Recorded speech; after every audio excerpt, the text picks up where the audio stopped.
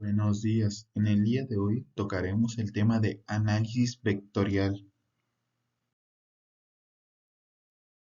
El día de hoy analizaremos tres de los teoremas acerca del análisis vectorial, comenzando con el teorema de Gauss o teorema de la divergencia, continuando con el teorema de Green y por último, para culminar, el teorema de Stokes.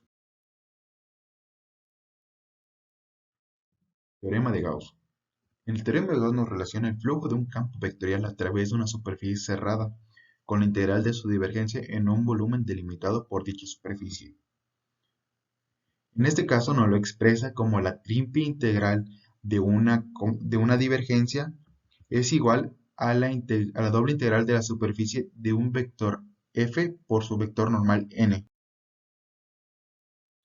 Tanto las triple integrales como las integrales de superficie pueden ser demasiado tediosas y complicadas de integrar. Por esto mismo, este teorema es de ayuda, ya que nos permite convertir una integral de superficie muy tediosa y complicada a una integral. Igual puede ser algo complicada, pero más simple para su integración.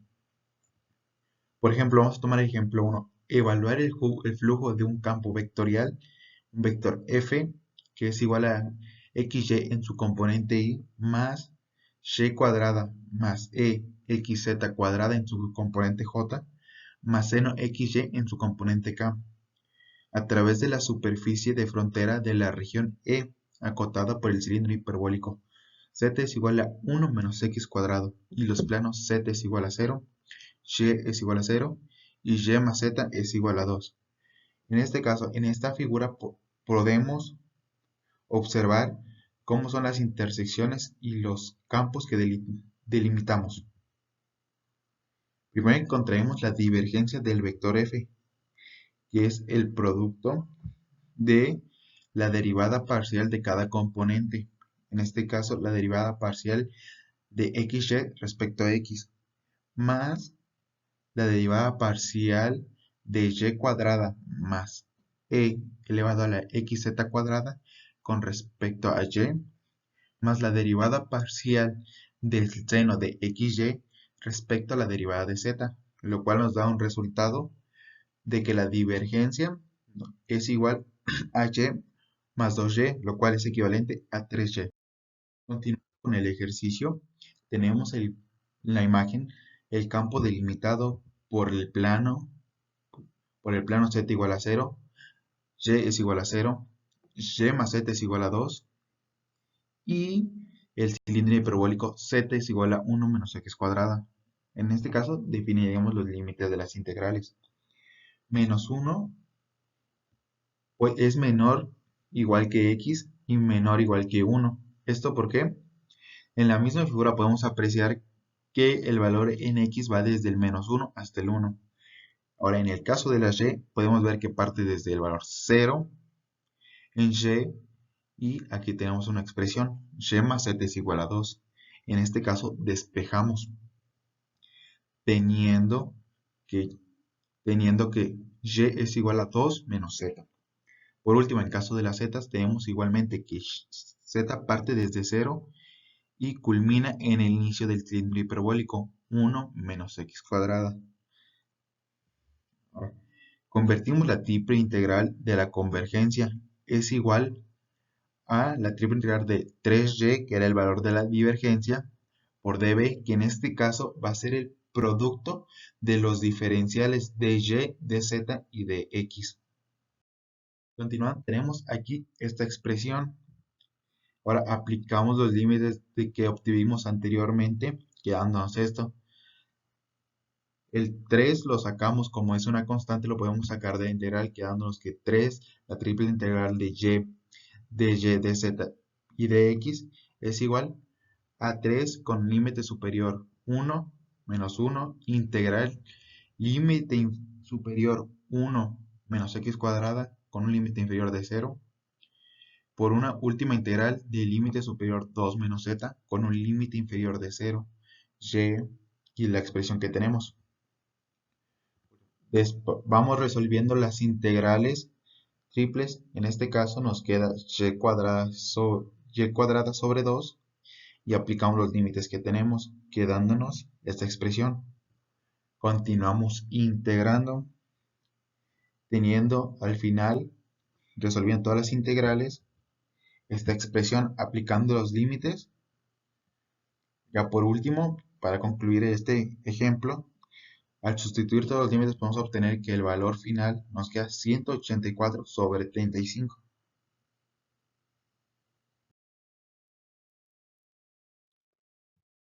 Teorema de Green. El teorema de Green establece la relación entre una integral de línea a nivel de una curva cerrada simple C y una integral de tipo doble sobre la región plana D a la cual está limitada por C. Es expresado de la siguiente forma. Una integral de línea C es del vector f por el vector de R es igual a la doble integral de la superficie de los componentes por el diferencial de la área. Primeramente, tendremos un ejemplo. Obtener la integral de la línea del campo, el vector f es igual a xy en el componente y más y cuadrado en el componente. La curva C definida por la frontera de la región acotada por las gráficas y es igual a x cuadrada y y es igual a x. Primero identificaremos n y m, siendo el vector f en los componentes m y n. Ahora obtenemos la divergencia, lo cual ya obtuvimos anteriormente, que es igual a la derivada parcial de y cuadrada respecto de x menos la derivada parcial de xy respecto de y, lo cual nos da como resultado menos x.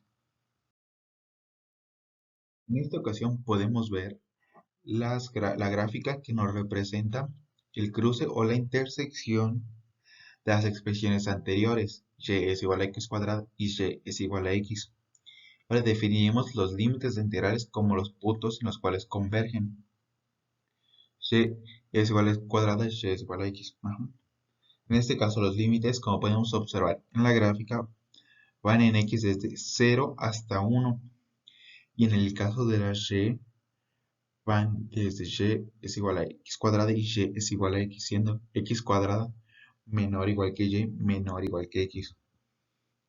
Ahora, aplicando los límites en la la doble integral que tenemos, nos queda como doble integral de menos x de a, en este caso siendo de a el producto de la diferencial de y la diferencial de x. Ahora, aplicando los límites, terminamos con esta expresión. Continuando con lo anterior, resolviendo las integrales, podemos llegar hasta este final, el cual nos muestra un resultado que es igual a menos un doceavo. En este caso les mostraremos un segundo ejemplo, evaluando un vector f es igual a x cuadrada en sus componentes y más xy en sus componentes j, donde c es la curva triangular que une los puntos 0,0, 0,1 y 1,0, orientado positivamente, como lo podemos observar en la siguiente imagen. De la misma forma, obtenemos los componentes m y n con el rotacional, que es la derivada parcial de xy respecto a x, menos la derivada parcial de x cuarta respecto a y, damos el valor de y. Ahora delimitamos la integral. Y, como podemos ver, puede ser expresado por y es igual a 1 menos x, y en este caso x lo podemos expresar como x entre el rango de 0 a 1. Ahora, continuando con la integración, tenemos la integral lineal es igual a la integral de superficie de por dA. Como ya vimos, dA es igual al producto de la diferencial de y por la diferencial de x, dándonos como un final una integral doble de y de diferencial de y diferencial de x. Aplicando los límites y continuando con el ejercicio, integrando como ya lo hemos hecho anteriormente, llegamos a un resultado de un sexto, culminando con este ejercicio. Para culminar el video vamos a ver el último de los teoremas, el teorema de Stokes. El teorema relaciona la integral del rotacional en un campo vectorial sobre una superficie con la integral de línea del campo vectorial sobre la frontera de una superficie, expresado de la siguiente manera. La integral de línea del vector f por el vector dr es igual a la integral de la superficie de la divergencia por el vector normal por la derivada. Continuamos con la expresión.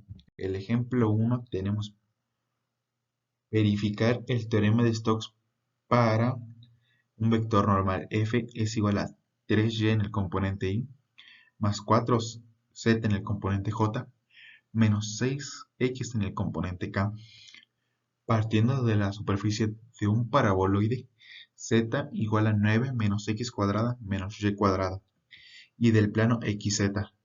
Lo podemos apreciar en la siguiente figura.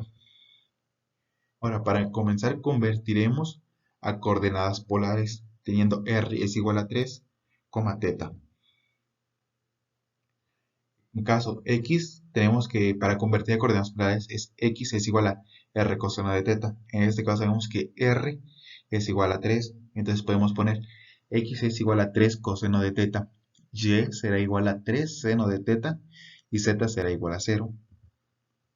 Sustituyendo en el vector f, tenemos que el vector f es igual a 3 por 3 seno de θ más 4 por 0 menos 6 por 3 coseno de θ. Danos como resultado esta expresión final. Para continuar, ahora tenemos que encontrar la expresión del vector del radio, el cual es igual a 3 coseno de θ más 3 seno de θ menos 0. Esto lo tenemos de que el vector del radio es, en sus componentes sería xy más ji, en el caso de la z es igual a 0.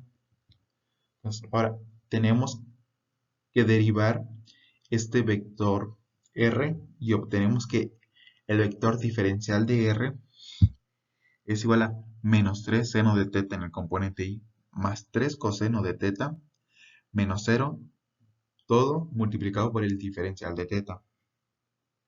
Ahora obtendremos el producto punto de nuestro vector f por nuestro vector diferencial de r, lo cual nos da el resultado es igual a menos 27 seno cuadrado de θ diferencial de θ. Ahora ponemos los límites. Como tenemos que la base es una circunferencia en θ, para completar una circunferencia va desde 0 hasta 2pi. Ahora, integrante con los límites que tenemos que la integral de línea vector f por el vector dr nos da igual a la integral del límite superior 2pi límite inferior 0 de menos 27 senos cuadrados θ diferencial de θ. Integrando y por último marcando los límites y sustituyendo, obtenemos un valor final de menos 27pi. Ahora, para verificar que nuestro resultado anterior estuvo bien, lo vamos a hacer con el rotacional. Partiendo igualmente desde nuestro vector 3y más 4z menos 6x, obtenemos el rotacional, y en este caso obteniéndolo con la siguiente matriz, obteniendo el determinante 4y más 6j menos 3k. Para coordenadas cilíndricas, pasamos a x es igual a r coseno de θ, y es igual a r seno de θ, z es igual a 9 menos r cuadrada. Ahora obtendremos nuestro vector normal, que en este caso va a ser el producto de la derivada parcial respecto a r de nuestro radio por el producto cruz de nuestro vector r derivado parcialmente con respecto a θ.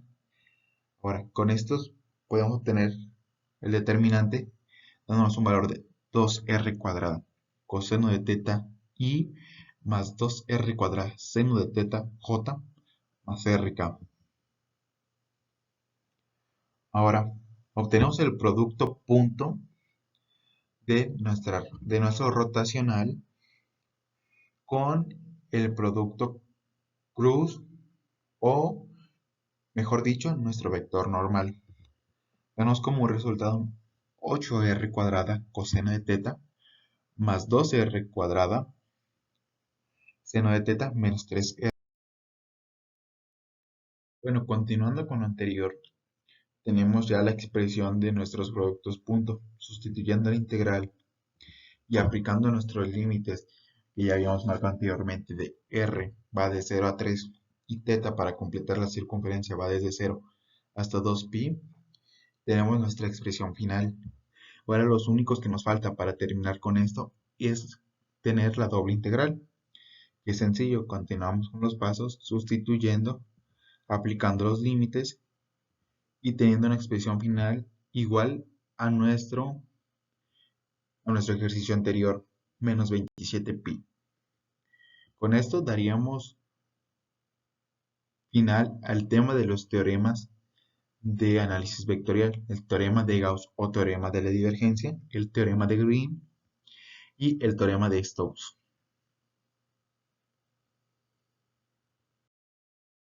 Para culminar el video tenemos las aplicaciones de estos campos. Como todos sabemos, las integrales son muy ocupadas en campo de física y matemáticas, siendo en este caso más específicamente muy utilizado en el ámbito de la ingeniería, pero principalmente el análisis vectorial es utilizado en dos campos de estudio de la física. Primero la mecánica de fluidos y por último la electrostática.